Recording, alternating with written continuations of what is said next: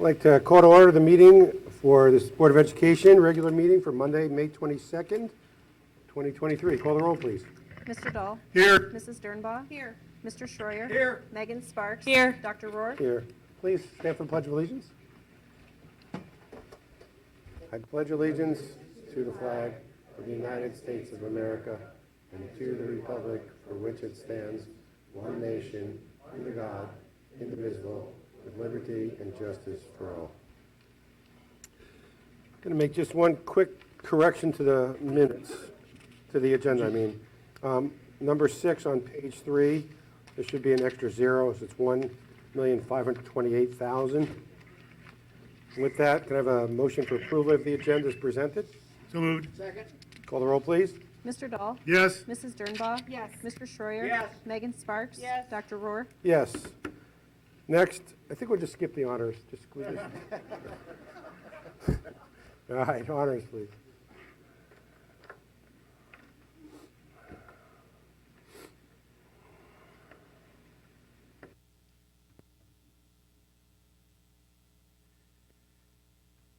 All right, good evening, everyone. It's just an exciting night to be able to recognize some of our retirees this evening. We've had a brief reception here prior to the meeting, and now we get to bring our retirees up and recognize them for their accomplishments and the work that they've done for Centerville City Schools. So I'm going to call all of our retirees up to come up into the front of the stage. Dr. Rohr's going to have a gift from the board for you, and then once you get your gift, you'll just line up here behind me, and we'll take a group photo at the end of the after I make all the announcements. So leading off for us tonight is Steve Bacon. Steve.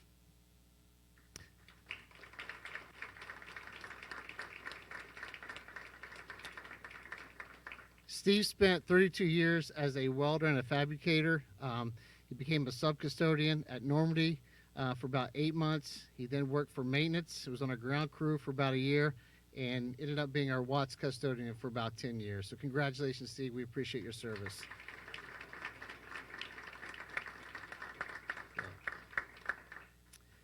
Next is Sharon Bales.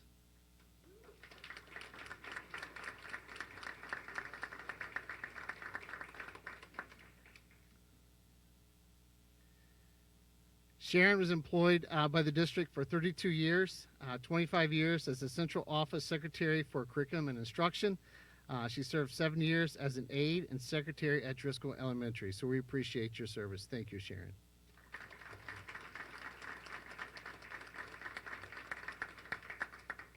Lori Busso.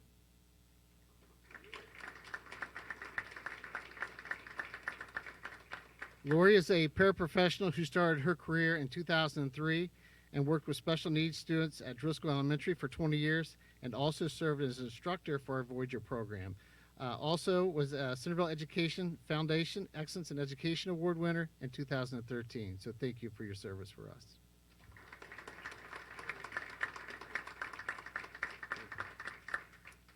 Diane Booty.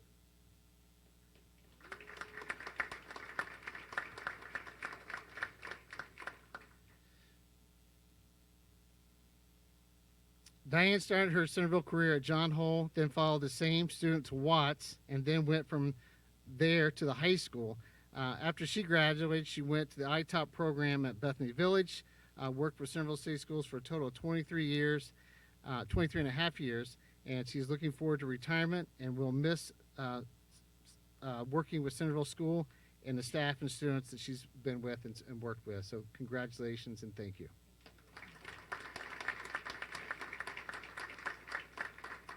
Sharon Dieter.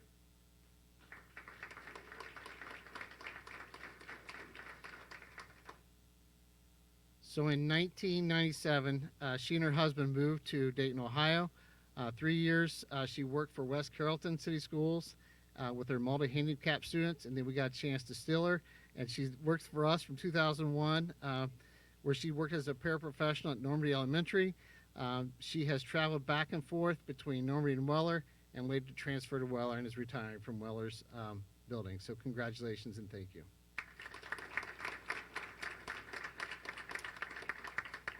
Next is Kim Easley.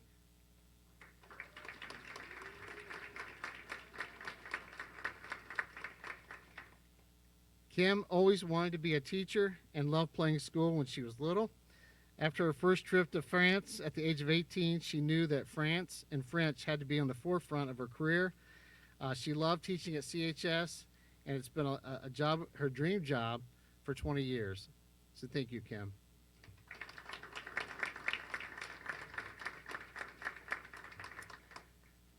Missy Hempling.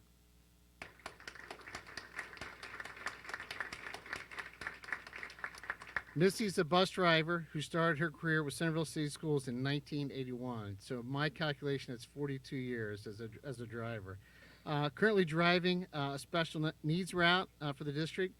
She plans to do a lot of bicycling through the Great Ohio Bicycling Adventure. So congratulations and thank you.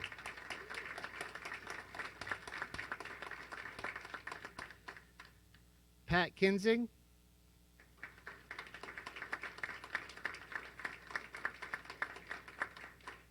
Pat started her career with Miamisburg City Schools at Bear Elementary from 1980 and 1986, another great still for the district. She stayed home with her 3 children. She returned back in 1998 doing long-term subbing at John Hull, 2nd grade, and at Klein Elementary. She was hired at Tower Heights Middle School in 1999 as a tutor. Then from 1999 to 2003, she then moved into an intervention specialist until 2003 to present. Tower Heights representative for the State Teacher of the Year Award in 2008, and she was this year's Centerville Education Foundation Outstanding Educator Award winner. So congratulations and thank you.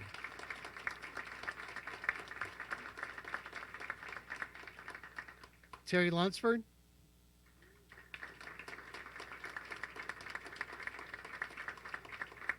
Terry's teaching career started with Centerville City Schools, actually began 8 years of service in Dayton Public, and she taught in multi-level classrooms, 1st, 2nd, and 3rd grade students, followed by a self-contained classroom in 1st, 2nd, and 3rd grade levels. After several years at home with her daughters, she returned to teaching in the Centerville district. She has taught 29 years with Centerville City Schools, substituting grades K-5 and integrated arts. She was hired full-time as a 4th grade teacher, moved up to the 5th grade class, and then returned back to 4th grade, and is currently teaching at that position right now. She's honored. In 2015, she was honored by her fellow teachers to receive the Excellence in Education Awards. And congratulations, Terry, and happy retirement.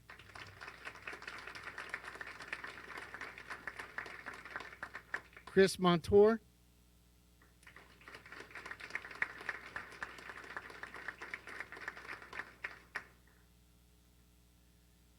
Chris started as a tutor in Centerville with the late, great Joe McCurry. Some of you have been around and knew Joe McCurry from years ago and became an intervention specialist at the School of Possibilities, where she served for 20 years. And she says that's where miracles happen, is at the School of Possibilities. She's had the privilege of being a teacher in some form of another for almost 50 years. This year, she has a humbling honor of sharing the Outstanding Teacher of the Year Award, and thanks for all for being a part of her lovely life's journey as an educator. So congratulations, Chris.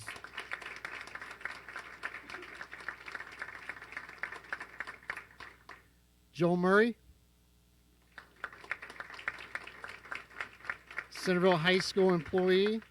Joel served 10 years of service, 6 years as a custodian, 4 spent on 3rd shift, and I would come up on 3rd shift and check on him, and Joel was always working.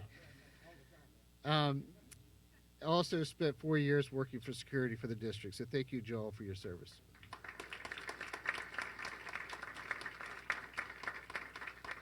Thomasine Provolish.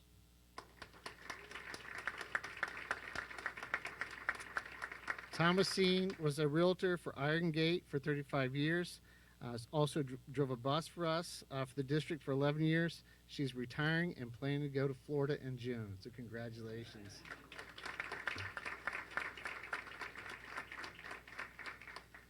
Donna Seidel.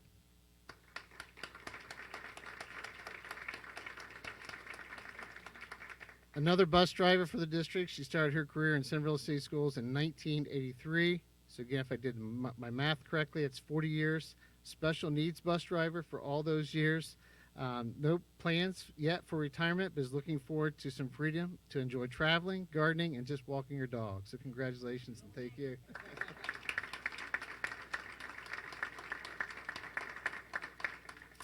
Dan Stacy.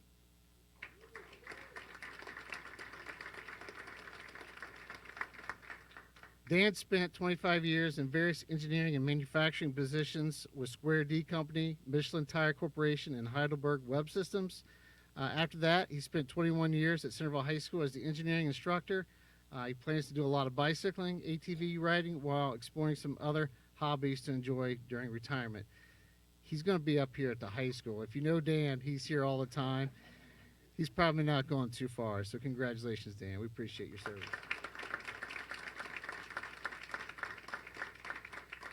Deb Thompson.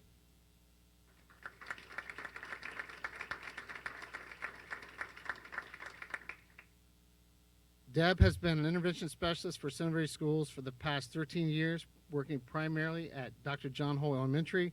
Her primary focus has been reading and math intervention. After retiring, Deb will continue tutoring students in reading and math. She plans to travel with her husband and pursue her love of cooking and gardening in her free time. So congratulations. And Molly Winters.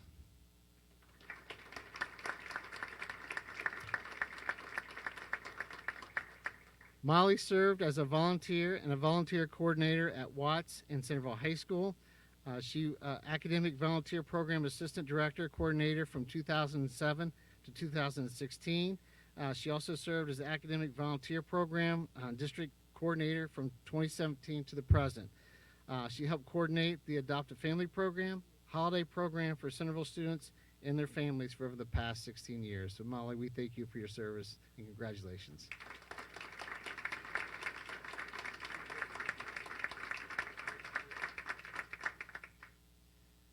So I'm just going to make sure that I think that is everyone on my list that's in attendance tonight. So again, I just want to congratulate all retirees for a job well done. We appreciate the work that they do and their service that they provide to our students and to our community. We're going to take a minute, a short recess to get them closer together, and we'll take a group picture, and then we'll resume the meeting. All right, let's go on with the agenda. Next on the agenda is building reports. Middle school principals, Stacy, Brian, and Clint. For a quick 10-minute presentation, we love it. He told me to say that. He told me to say that. It's good to see everyone this evening. We're excited to talk about the Centerville City Schools middle school model, which has been in place for nearly 50 years in Centerville. So we're excited to be here. My name is Brian Miller. I'm principal at Watts Middle School, and this is my 18th year. And I'm Stacy Westendorf. I'm the principal at Magsic Middle School, and it is also my 18th year as principal. And I am Clint Freeze. I'm the rookie of the group. I've been here for 17 years as a principal at Tower Heights. So you can tell we love middle school, and we've enjoyed collaborating all these years together. So in Centerville, we have 3 middle schools: Magsig Middle School, Tower Heights Middle School, and Watts Middle School. The most important thing about the middle school model is the relationship. That starts from when they enter middle school, whether they come in 6th grade or they move in during middle school.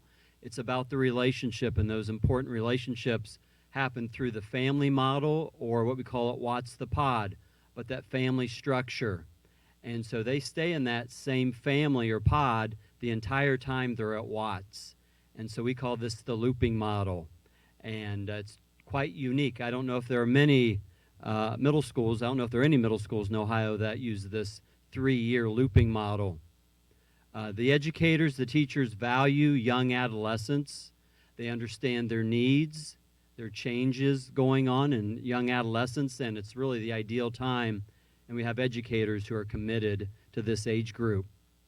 It's inviting, supportive, and safe. Every morning they come to school, they go to their advisory. And the advisory is that support person. Many students say that one person they can go to at school is their advisor. So that's really a key component of the middle school. High expectations for every student. We have heterogeneous grouping in our classrooms. We support all students through different methods of intervention and support, whether that be in the classroom or during special sessions at lunch and throughout the day. Students and teachers are engaged in active learning. If you've ever been to a middle school, they have to be actively engaged. Their brain development is some of the biggest development in maturing since they were between the ages of 0 and 2, so it's a time of major change, but engagement in learning is a key to their success at middle school. We talked about an adult advocate for every student, and again, this is essential, and we always want to know that every student has that special adult in the building that they could go to at any time. Curriculum that is relevant, challenging, integrative, and exploratory. Again, it fits into the model of what the young adolescent needs for their learning. Multiple teaching and learning approaches through a differentiated services model. School-wide efforts and policies that foster health, wellness, and safety. We do a lot of activities throughout the year through our character education program, through PBIS, through many other character programs, and that all goes through our advisory committee. We have student advisory committee, and we all do that work through the advisory program. And at this time, academic offerings, Mr. Freeze. Thank you, Mr. Miller. So as students go through their middle school years in 6th, 7th, and 8th grade, students will take 2 classes of English language arts. A while back, it used to be a period of reading and a period of writing, and we combined it into 2 periods of English language arts. Every student will have a period of mathematics, science, social studies. We are fortunate that every student has an opportunity to take a world language in French, German, and Spanish. We also offer reading and math support for students. We have a related arts program where a student will go through 7 weeks of a related arts program, 7 weeks for PE, 7 weeks for health, 7 weeks for art, music, and then the student also gets a second 7-week period of PE again. We also provide students with instrumental and choral music. Students are able to take orchestra, band, and chorus the 3 years that they are in the middle grades. Typical middle school day starts at 8:50.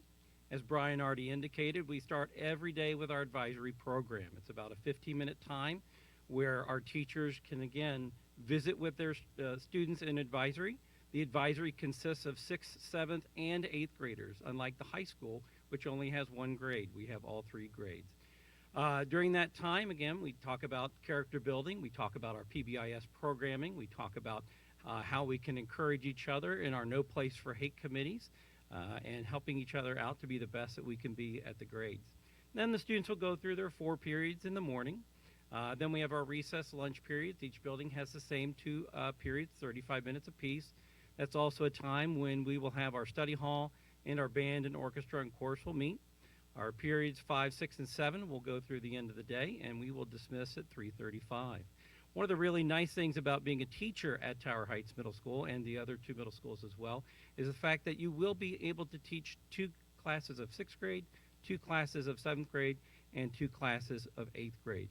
And once again, like Brian said, when we are out and interviewing teachers or interviewing individuals or at professional development and we talk about our middle school model, many people are very intrigued about how we actually work with our middle school students and how we actually loop with our middle school students. And now I'll give it over to Mrs. Westendorf. Thank you.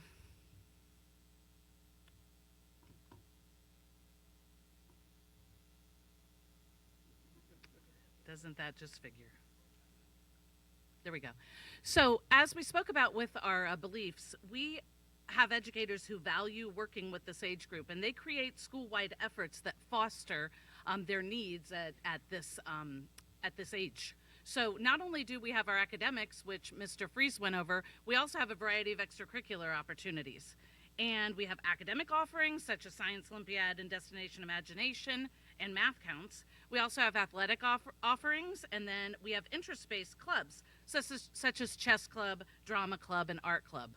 So the end goal is to have our middle schoolers try one thing new. You never know, it might be the thing that anchors your high school experience. So try something new as you move through your middle school experience.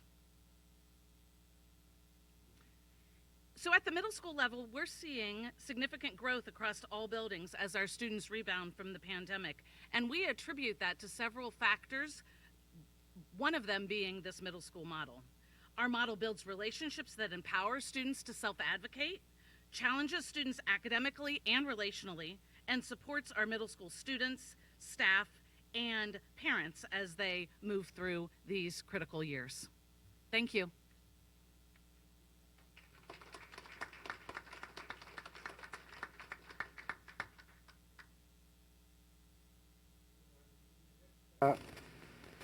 Area is public participation where we encourage, actually, community to come up and speak and if they have any questions, concerns. Seeing no one signed up today, we will move on to the next item on the agenda. I'm going to read this thing. The Centerville City School District Board of Education hereby gives public notice in accordance with Section 3307.353 of the Ohio Revised Code that Transportation Supervisor Secretary Terry Whitridge, who is currently employed at the Board of Education as a Transportation Supervisor Secretary, will be retiring and is seeking reemployment with the Centerville School District in the same position following her service. The Board of Education will hold a public meeting on the issue of reemploying Terry at the Board of Education meeting on Tuesday, June 20th, 23, located in the South Unit of Centerville High School, 500 East Franklin Street, beginning at 6:30. Next on the agenda, board and administrative reports, legislative reports. Ms. Sparks? Thank you. The Senate passed Senate Bill 83, which would enact the Ohio Higher Education Enhancement Act regarding the operation of state instruction of higher education. The bill now heads to the House.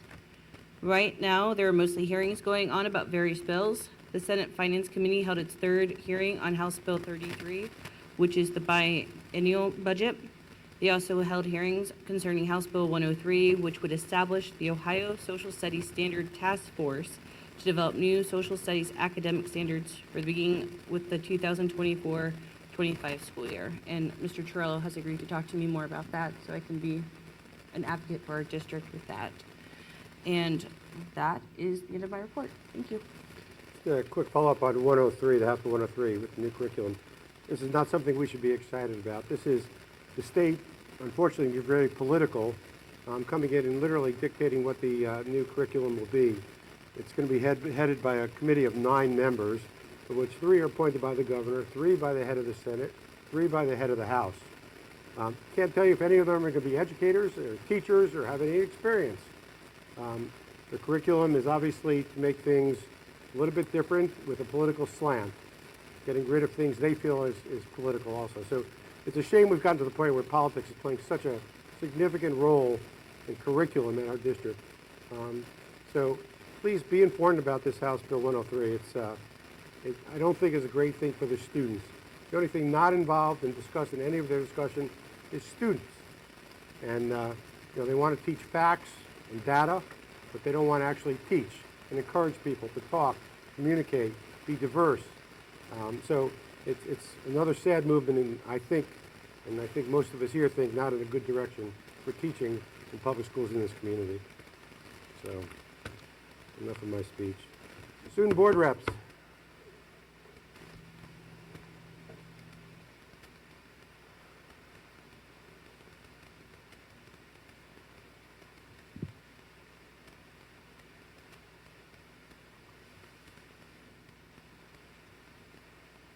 So tonight is the last meeting for 2 of our seniors. So when we had interviews for student board reps 2 years ago, a young man stood out to us because of his enthusiasm and energy that brought with him. Jacob has worked these past 2 years closely with state representatives and senators. He worked on change not only for our district, but every district in Ohio. It should not come as a surprise that he will be attending The Ohio State University, excellent choice, this fall with a major in public health and a minor in legal studies. I would not be surprised if he ended up on the Supreme Court someday. Jacob, please come on.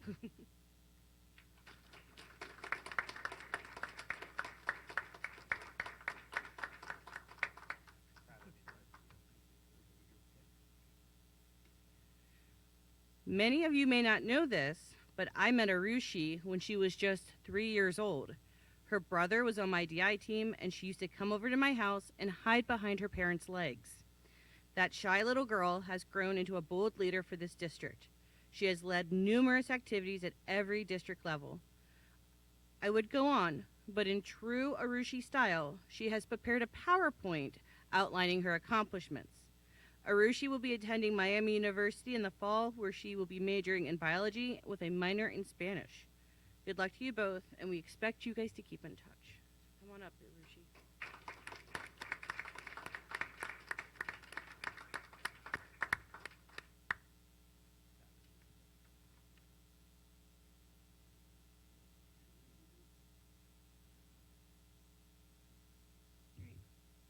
Hi, good evening. My name is Arushi Agrawal, and I don't know, am I a senior? I'm a graduate? All right, I'm a graduate of this year. And like Mrs. Sparks said, tonight is my last meeting and Jacob's last meeting, and we just wanted to touch on some of the things that we've been able to do this year.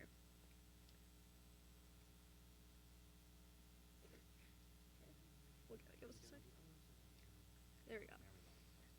So we often talk about what we've been able to do with this position, but today we also want to talk about what this position has been able to do for us. So in the past 2 years, Jacob and I have been able to participate, and Thomas as well this year, in our OSBA projects. So last year we were able to be on the journal cover, and we were able to have that forum, which was super cool.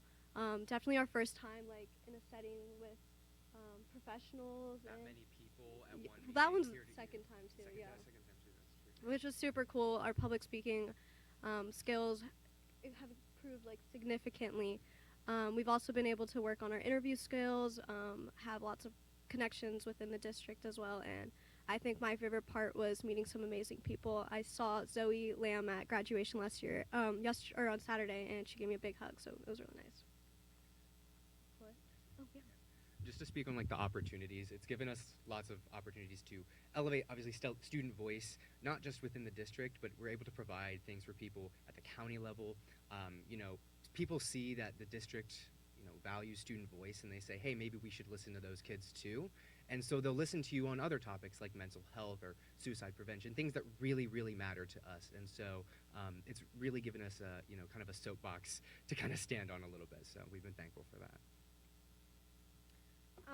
Just a couple weeks ago, we had Pet Therapy Day for the second year at the high school. It was a big hit, just like the first time. We brought our horse back, and we had 2 puppies to join us. Sorry, Mrs. Sparks, but it was a good day. We had lots of kids come outside, and it was like towards the end of our AP week, so lots of kids were excited, lots of smiles, and it was a really nice day outside too. And our cereal box domino challenge that we did this year. I first want to start off with a huge thank you for this project. I would not have been able to do this alone. There was so much help involved with it behind the scenes from so many people, and lots of people came on the day of the knockdown, so thank you for that. It was really exciting. Mrs. Dernbaugh said she could feel my sigh of relief from across the room once the first turn happened successfully, which was very true. But we collected 1,553 boxes of cereal for our community, and those have gone to local food pantries like Epiphany Lutheran Church, First On Food Pantry, and a couple other ones as well. So here's some pictures. Huge shout out to our maintenance team. None of this would have been possible without them. They helped us transport all of our boxes in rain and snow, and it was a huge help, so thank you for that. And then Epiphany Lutheran Pantry sent a note to my house, and it said, "Dear Rushi, thank you so much for sharing some cereal boxes with Epiphany Pantry. We so appreciate your kindness. So many families will be blessed by your leadership in organizing the cereal box drive. We are so grateful for your generous spirit and desire to help those in need. You should be so proud of your accomplishment. We wish you all the best in your future leadership roles." So I think this was a huge project, and it helped a lot of people, and it was super exciting. Lots of kids smiled, but I feel like most importantly is if this were to do it again, what I would do differently is definitely work on the live stream. This was a huge district project, and I felt like just the kids at Normandy got the best experience, and I really wish that if I were able to do it again, that the live stream would be a little bit better, and that we made like a promo video at the end of the cereal being knocked down. But that's if we do it again, that's what I would do differently. We also did Read Across America Week this year. We paired with our National Honor Society students and had them go down and read to our students at both PBS and PVN. We also bought a bunch of bookmarks and stickers, and we hid those around our the PBS and PVN libraries, so kids would go in, find books, and they would also try to find bookmarks and stickers in there. This year we also started our No Place for Hate initiative, and I was able to be a part of that, which was super cool, and we had our huge banner at the front, and lots of kids signed it, and I think the message behind it's really important, and I'm excited to see what they do within the future. We also got to go to our middle schools earlier this year, and we sat down with them, with their student councils, and talked about ways that they can do Character Day for the future. It didn't really work out this year, but we sat down with them, and with each school, we made a little outline on what their student council can work with in the future, and came up with some ideas that they can do at their own schools to spread some kindness. So that's all we have today, and I guess for the rest of the year, but thank you so much for this opportunity. It's been wonderful to be a part of this, and we're excited for what the future of this program holds. Thank you.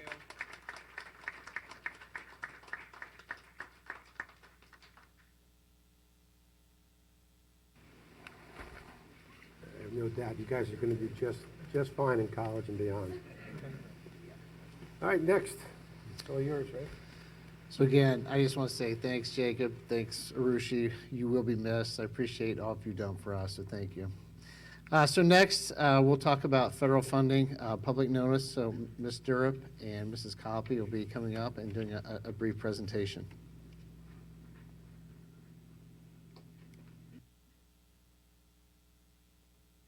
Good evening. So every year we are expected to make a notice about our federal funding that we get for special education, which is IDEA-B. With federal funding, there is obviously, we talk a lot over the year or throughout the year about like our 5-year forecast and our budget as a district. We do receive funds for our students who have a disability, and I just wanted to share a little bit today about how much those funds are and how we actually use those funds. So for this year, our allocation was $2,020,266. It's important to realize that part of that has to be set aside right now.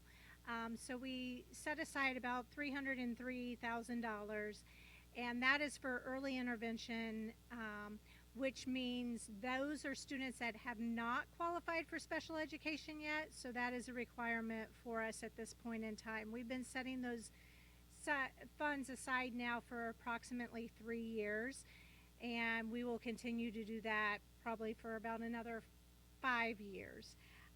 That is to help us with our MTSS at this point in time. So it allows us to have some additional positions to support those interventions that we provide to students. Our IDEA-B funds are also, they go to our non-public schools. Our non-public schools, we have 3 non-public schools here that can either opt in or opt out. So right now we only have 1, which is opted in, which is Incarnation. So they get about $70,000. And just to help everyone understand, we have currently 90 intervention specialists across the district. The funds that we have only pay for 20 of our intervention specialists. So the rest of those funds to pay salaries have to come out of our general fund. So it's, you know, when we look at everything we do, this isn't even paying for like our occupational therapy, our physical therapy, our speech therapy, and all the additional things that we do to support our students that have disabilities. It also only pays for 7 of our paraprofessional salaries out of the 94 paraprofessionals we have across the district serving our students with disabilities. Along with that, we received when, you know, after COVID and the additional funding we received, we have ARP funds. So, of course, you have to have ARP IDEAB. And that allocation was $442,295. It was a supplemental funding, and it's to help with, you know, the recovery from COVID. And with that, that's only paying for an additional 5 staff members. So again, once that money is gone, it's a one-time and done. Once that money is gone, then those will switch over to general funds.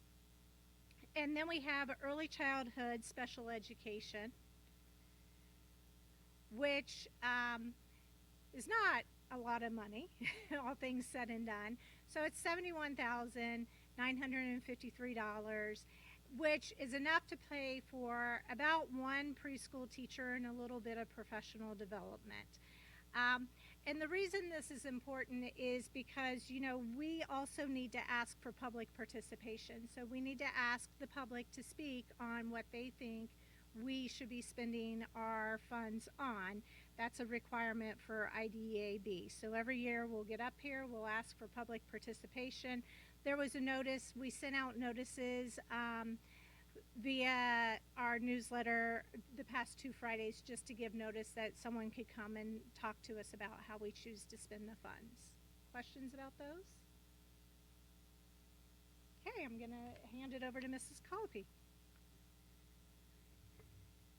And I'm going to share a little bit about the rest of the federal funds. And so we get small amounts of allocations on several other different federal funds. The first one is Title I, and that's technically called Improving Basic Programs.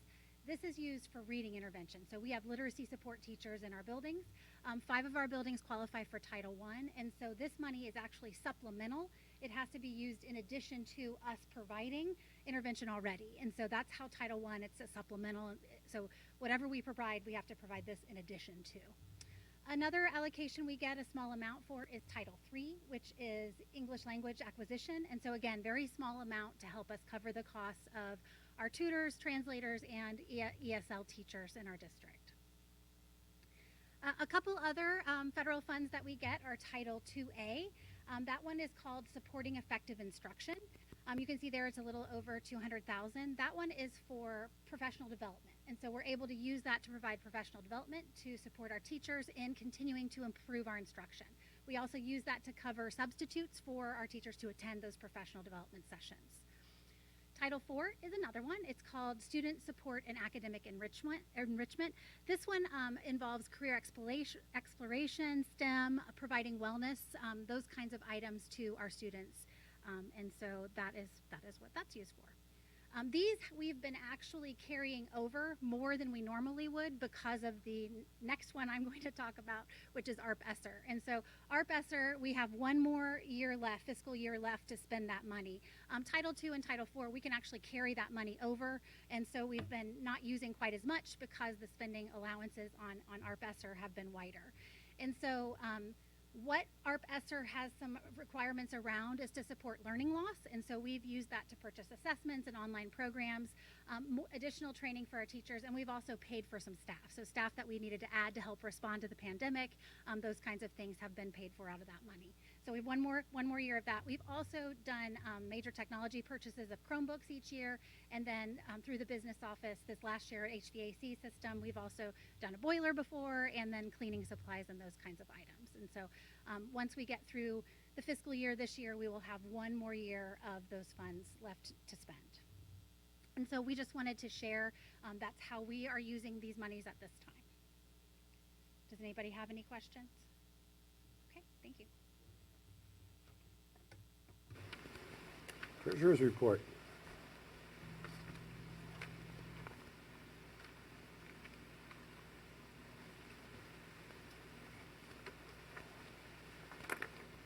Good evening, everyone. I'm happy to not follow the student board reps tonight, so thank you, Mr. Wesney, for arranging the agenda the way you did. Just to get us going tonight, I am going to tag team this with Mr. Wesney. a couple of the slides, but we're going to talk about the 5-year forecast, a little bit about our property reappraisal, levy cycles, and then Mr. Wesney is going to talk about some of our long-term planning and programming, a levy recommendation, and then I'm going to end this evening with talking a little bit about a timeline over the next few months. So on your agenda tonight for your consideration and approval is the revised 5-year forecast for May. This is a required filing that we have to have board approved and filed with the Ohio Department of Education by May 31st. That's not a change. We've always done that. We have a November filing that we do and then a May filing. So a few of the updates that I've made to the forecast is updated the fiscal year 2023 property tax revenue to actual figures. We've received all of our property taxes for the year, so we could update that. We made an increase for next year's reappraisal, and I'm going to talk a little bit more about that here in a minute, but property values are expected in 2024 to increase significantly here in Montgomery County, so we've updated that. That creates just a slight bit of revenue on our inside millage that we received, or that we do receive through property tax collections, and so that's why that's an important piece. We've also updated our fiscal year 24 department budgets to factor in some increased costs for inflation and services for students. We're really seeing some increases in those couple of areas. So just to touch a little bit on the property reappraisal here that we have coming up here in 2024, the Ohio Department of Taxation is recommending a 37% residential increase across Montgomery County. And we've talked about this at a couple of past board meetings, that it's going to be high. It's all based on sales, number of sales, and what those sale prices are, and it's happening all over Ohio. The average in 2023 was between 25 and 35% for every single county that went through reappraisal. So of course there's pockets of, areas, there might be districts that are on the lower side of that, but there's also districts then that are on the higher side as well. But that range was anywhere from 25 to 35% for 2023. So this summer we'll get kind of an initial estimate on what that looks like. It won't be settled or final until December, but we'll have a really good idea what that's going to be in 2024. I just want to mention that, and we talked about this at the work session, this does not result in an increase of revenue on our voted levies. We'll see a slight amount on inside millage, but it's really negligible when you're looking at our 5-year forecast and our total budget. I also want to stress that this does not mean that residents are going to see a 37% increase in tax bills. It's a very, very important piece to keep in mind. House Bill 920 will reduce the effective rate of all of our voted levies, and so the auditor is going to adjust those rates so that we continue to receive the same amount of money that we've received in past years. I went ahead and put in the presentation tonight, I'm not going to read this, but this was in the Dayton Daily News. I sent all of you that are a link to that article, but this came out the very end of April, or maybe in the first couple of days in May, but basically saying that the Department of Taxation is recommending that 37% increase. Greene County is looking at about a 32% increase for their residents. So again, very, very, very high reappraisals coming up here in 2024. So next I have just a snapshot of some of the summary lines. The 5-year forecast has more information on it, but I wanted to just bring to your attention a few pieces. I took out the actual years and just included the projected years here. The line 6.010, that are we taking in more revenue than what we're spending, or are we deficit spending? This line is the key line that we as an administrative team, that the treasurer looks at to start talking about when do we need to be back on the ballot, and we start planning for that. And so we've been having this conversation for a year. we knew that this was coming, and we've been talking about this for a while.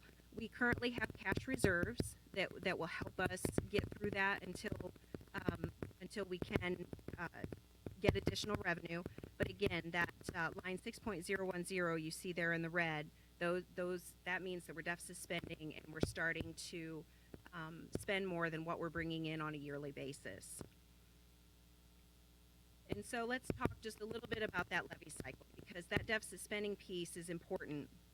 So in general, why do schools continuously have to come back to ask voters for new money? And this is every school, some more frequently than others, but why is that? And the main reason, or the biggest reason, is House Bill 920 that I just mentioned. And so as values go up and as homes are valued and worth more money, we don't get additional revenue on that. So those effective rates go down. The dollar amount that was in effect when the levy was passed is more or less frozen, and that's the amount of money that we get every time the value goes up.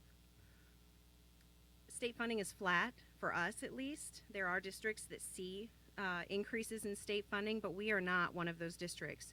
We receive virtually the same amount of money in state funding every single year, year after year. And so there's never any growth on that to help us accommodate for inflation or programming or anything like that. There's, we're happy that we have what we have, but there is no growth on that revenue from the state. And then, the other part is just the inflation that we're seeing in all the areas of operations, and every school's seeing this.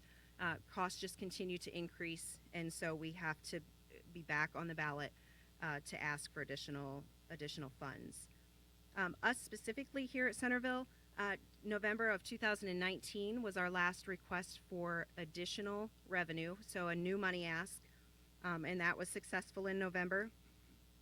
But I want to make sure that we don't ignore the fact that we were on the ballot in May of 22, but that was a renewal. So that levy was a term limited levy that would expire if we don't renew it. So that approval in May of 22 was just a continuation of the current revenue stream. And we've looked at this chart was in the accent. We talked about it at the work session last week. You can see the green arrows show when the district has been able to pass additional revenue. It's every 4 to 6 years, give or take, throughout that time period. And you can see off to the far right, we're starting to dip into those lower cash reserves, and it's our time in terms of being back on the ballot.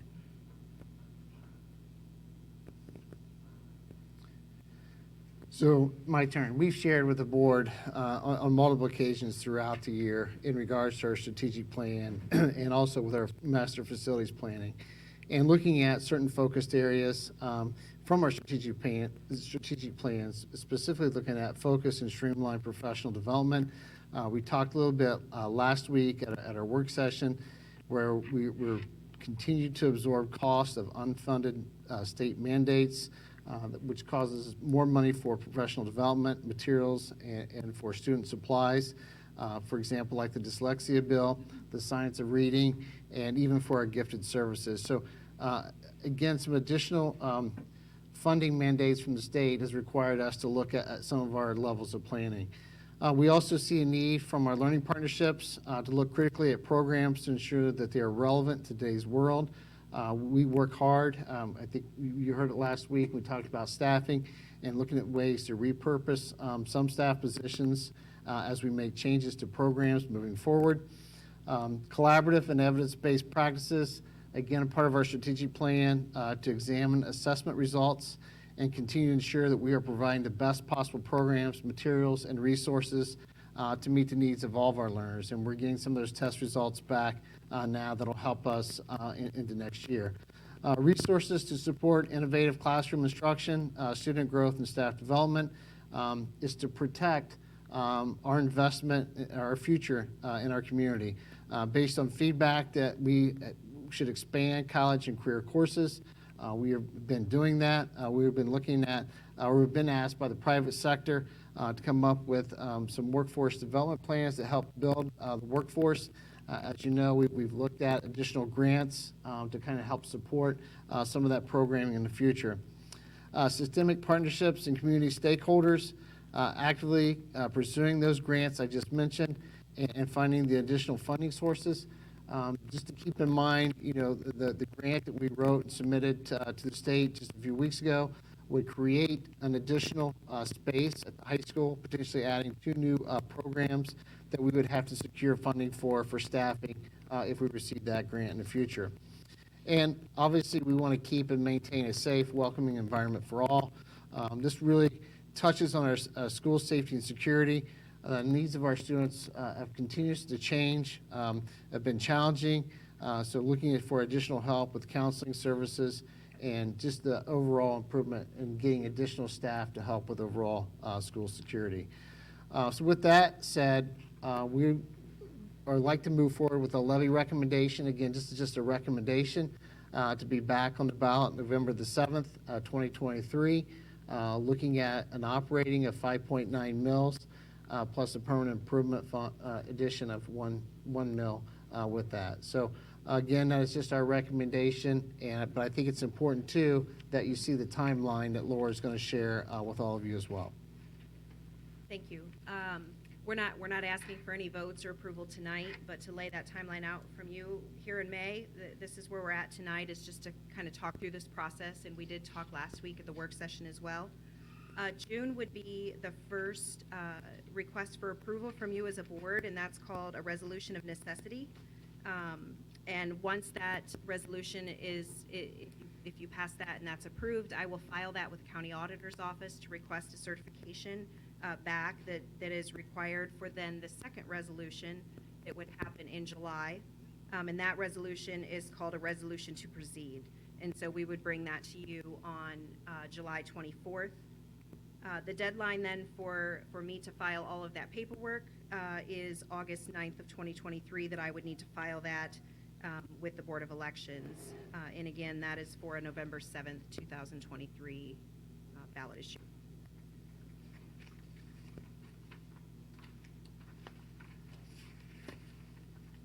That's it. You want to just take a minute? I know you talked at the work session, maybe just a minute. Difference about levy passing this November versus next year with the property tax increases, what benefit it may have for our community? Yes. So the it would, if it's passed in November, that would be based on this year's values or today's values. So if your home is valued at $200,000, you're paying that tax, the millage on that $200,000. If we wait until 2024, your home might be, $270,000 or whatever the new value is, whatever we end up with in terms of an increase. And so you would be paying on that higher rate.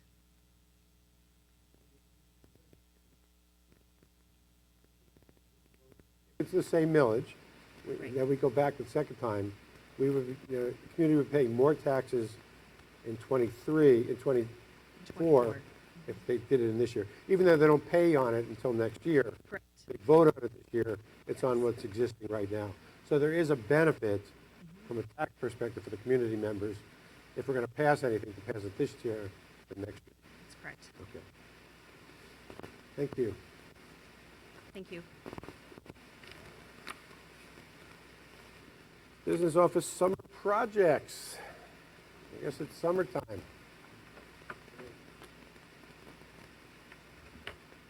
So I'm not going to list all the summer projects for you today. Really just going to talk about the one that we discussed last week. We had the safety and security bid that went out. It came back and we needed to do some additional work on that because of the cost was so much more than what we talked about previously. And so today you'll see on the agenda that there is a recommendation for Staffco Construction to be part of this and to accept their bid. Staffco is the one, it's the company that built PVS. They're the company that built the addition at PVN, and so we've worked with Staffco a number of times in the past. Again, Staffco's base bid was just over $1.1 million. That is door replacement, that's door hardware, and that's access control in all 13 buildings. I am recommending and asking for alternative T1, which is $365,000. That will include position switches on all doors. And so in the office, you'll be able to see whether or not a door is closed and secured and shut, or whether or not that door is open and propped open. And so that position switches is that alternate T1. After a meeting with Mr. Morgan and Mr. Gardner last week, we did decide that alternate T2, which is a cloud-based system for access control, was not necessary. And so the total cost of this project is just over $1.5 million. Again, as Mr. Wesley mentioned a second ago, we talked about grants. Centerville City Schools has been fortunate enough to receive 3 rounds of the Ohio Safety and Security Grant, which is we've received just over $843,000, which is about 55% of the project. Again, good deal for Centerville Schools, good deal for our taxpayers as well. So why doors? Why access control? Why are we doing these pieces? These were recommendations by the FBI and our local resource officers as part of our security vulnerability assessment that we had done a number of years ago. And so this is a recommendation from local law enforcement as well as FBI to proceed with a need for our schools. Questions about that?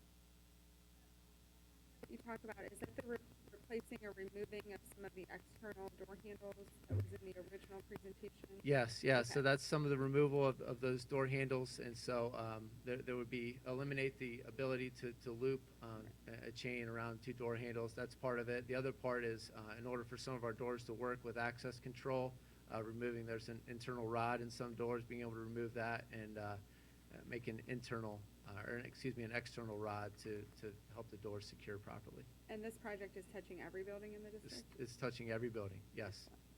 Thank you. Chuck, these are being paid for by permanent improvement funds? Yes, the additional amount there, the $843,000 is paid for by the safety grant. The additional cost is covered by our permanent improvement fund, yes. Thank you. Thanks. Board policy approval? So board policy approval, we've had several policies that are on the agenda this evening for approval. We've had the opportunity to have, to review the policies over the last couple board meetings. Megan provided some questions last week, and I just want to kind of clarify a few of those questions. One had a lot to do with the superintendent. You look through the policies, you'll see the word superintendent. But according to our bylaws and the definition of superintendent, that also includes his or her designee. So we were concerned about not having that language in the policies, and we know that language is there because it's part of the definition in the bylaws. The same way with parent. Parent is mentioned in a lot of the policies, but that also includes the legal guardian. So just wanted to clarify a couple of those items.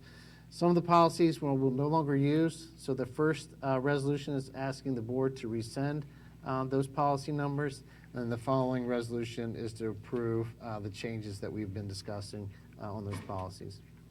Any questions in regards to the board policies? Okay. Thank you. Thank you. Consider approving the April 23 financial statements, monthly general fund rolling report, monthly cash reconciliation, monthly fund activity report, then and now purchase orders approved by administration, certified by the treasurer and supported by board resolution, totaling $58,952.47, and the monthly cash reconciliation, March 23 revised. A motion, please? So moved. Second? Call the roll, please. Mr. Dahl? Yes. Mrs. Sternbach? Yes. Mr. Schreier? Yes. Megan Sparks? Yes. Dr. Rohr? Yes. Next, consider approving the minutes of the following Board of Education meetings: April 10th, the work session, April 10th, the regular meeting, and May 15th, the work session. So moved. Call the roll, please. Mr. Dahl? Yes. Mrs. Sternbach? Yes. Mr. Schreier? Yes. Megan Sparks? Yes. Dr. Rohr? Yes. Next, consider approving the 5-year forecast and assumptions for fiscal years 23 through 27 for submission to the Ohio Department of Education. So moved. Second? Call the roll, please. Mr. Dahl? Yes. Mrs. Sternbach? Yes. Mr. Schreier? Yes. Megan Sparks? Yes. Dr. Rohr? Yes. Next, superintendent recommendations. Superintendent recommends accepting resignations as listed on Schedule A, recommends the employment, change of employment status, or change of contract status for the certificated personnel listed on Schedule B for the salaries, programs, and on the effective dates given. Superintendent recommends the employment or change of employment status for support staff personnel listed on Schedule C for the salaries, programs, and on the effective dates given. Recommends the employment of the personnel listed on Schedule B and D1 for supplemental contracts or extra duty assignments, and recommends the granting of leaves of absence for the personnel listed on Schedule E for the reasons and on the dates given. So moved. Second. Call the roll, please. Mr. Dahl? Yes. Mrs. Dernbaugh? Yes. Mr. Schreier? Yes. Megan Sparks? Yes. Dr. War? Yes. Next, Sorry. that's okay. Call the orders. Superintendent recommends employment, change of employment status, or change of contract status for the certificated personnel listed on Schedule B1 for the salaries, programs, and on the effective dates given. So moved. Second. Call the roll, please. Mr. Dahl? Abstain. Mrs. Dernbaugh? Yes. Mr. Schreier? Yes. Megan Sparks? Yes. Dr. Rohr? Yes.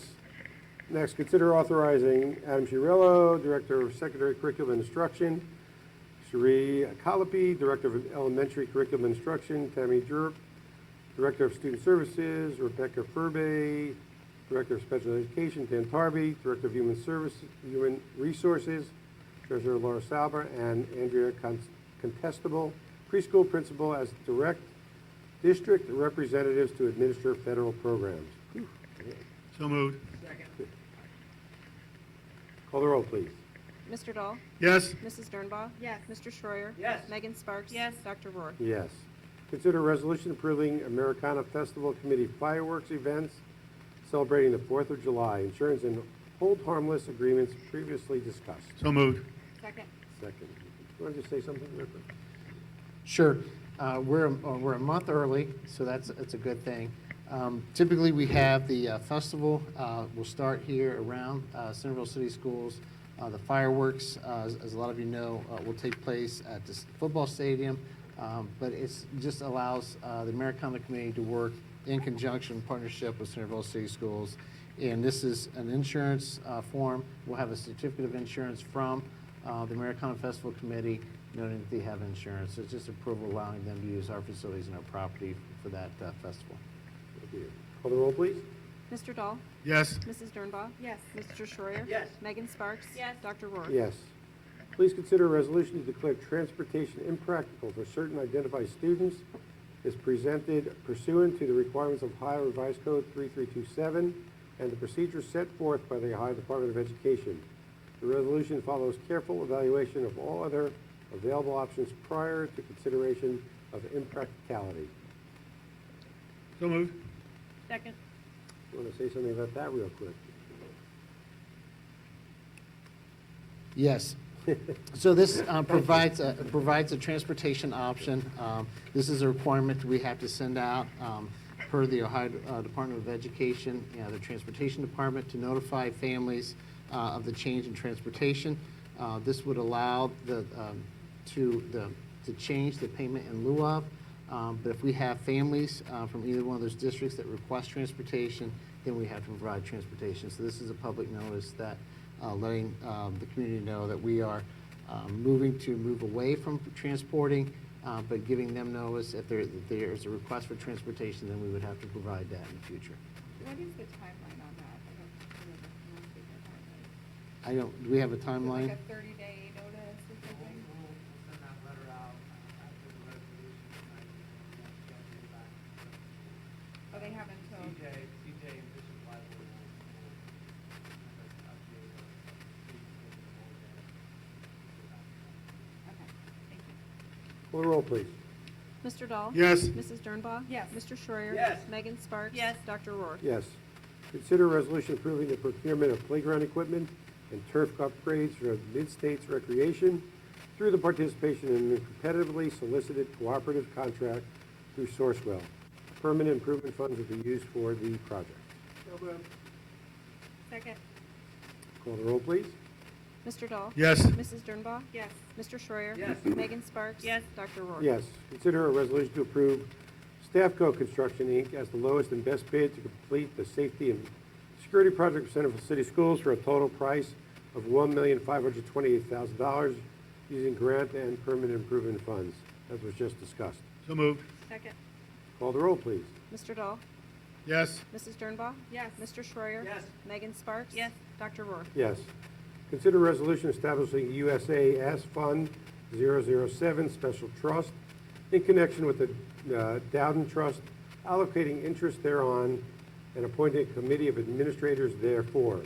RC Sections 3313.36 5705.09, 5705.10. So moved. Second? Laura, do you want to just touch on that exactly so people know what it is?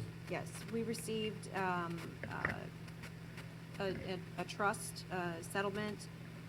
This is a scholarship that's set up for students interested in music. And so this resolution, number one, accepts that gift that was awarded to the district, and it establishes the parameters and it establishes the committee that will be set up to award that to a senior each year.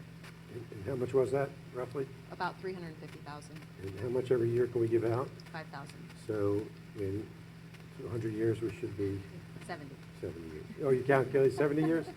All right. Thank you. Call the roll, please. Mr. Dahl? Yes. Mrs. Dernbaugh? Yes. Mr. Schroyer? Yes. Megan Sparks? Yes. Dr. Rohr? Yes. Consider a resolution to rescind the following Board of Education policies as are listed on this section. I am not going to read all of these policies. So moved. Second. Call the roll, please. Mr. Dahl? Yes. Mrs. Dernbaugh? Yes. Mr. Schroyer? Yes. Megan Sparks? Yes. Dr. Rohr? Yes. Final comments regarding past or old business from the board? Oh, wait a minute, there's a number, no. Consider a resolution approving the following revised Board of Education policies, also listed on the board here, the agenda. So moved. Second. Call the roll, please. Mr. Dahl? Yes. Mrs. Dernbaugh? Yes. Mr. Schroyer? Yes. Megan Sparks? Yes. Dr. Rohr? Yes. Next, final comments regarding past or old business from the board? Seeing none, motion for adjournment? Oh, did you? Yeah, Oh, okay. I just wanted to congratulate all the seniors and the staff for another great year, and graduation Saturday was just absolutely magnificent. So thank you to all the families, all the students, the staff, and the administration for a great 2022 and 23 school year. Thank you, sir. Motion for adjournment. So moved. Second. Call the roll, please. Mr. Dahl? Yes. Mrs. Dernbaugh? Yes. Mr. Schroyer? Yes. Megan Sparks? Yes. Dr. Rohr? Yes. Thank you all for coming.